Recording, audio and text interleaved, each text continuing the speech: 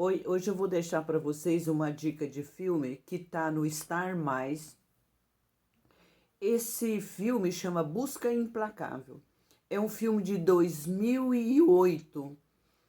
É com aquele Nelson. Esse filme é uma trilogia. Tem o 1, o 2 e o 3. Hoje eu vou falar do 1. O 1 é assim. Ele é separado. Ele tem uma filha já moça, e ela quer viajar para Paris, se não me engano, e precisa da autorização dele. Era aniversário dela e ele queria levar um presente, e acontece que o padrasto dela é muito rico. Ela vive com a mãe numa mega mansão e ele é um João Ninguém. Acontece que ela queria viajar para Paris com uma amiga dela.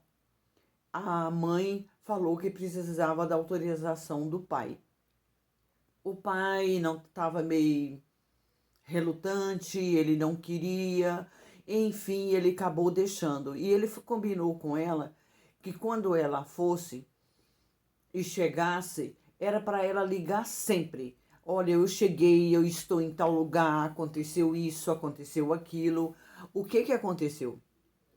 Ela viajou, chegando em Paris, ela não ligou para ele e ele ficou sem saber. Já ficou nervoso porque ela não dava notícia. Assim que ela desceu lá no aeroporto com uma amiga, turista, é visível que a pessoa é turista porque não tem um cuidado. Eles ficam tirando foto, é, mostra que são turistas. Duas jovens bonitas, logo aproxima um carinha boa pinta, e fala para elas assim: tá procurando um táxi? Elas diz que sim. Ah, eu também, vamos dividir, vamos poder dividir o preço e tal. E elas dão o endereço onde elas estão.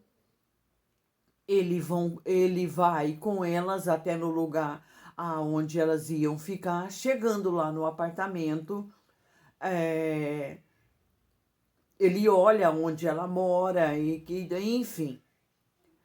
Ela vê que o pai tá ligando, ela atende o telefone e ela vai para um lado na casa que tinha uma sacada, e ela tá ali e de repente ela percebe que chegou gente lá no apartamento.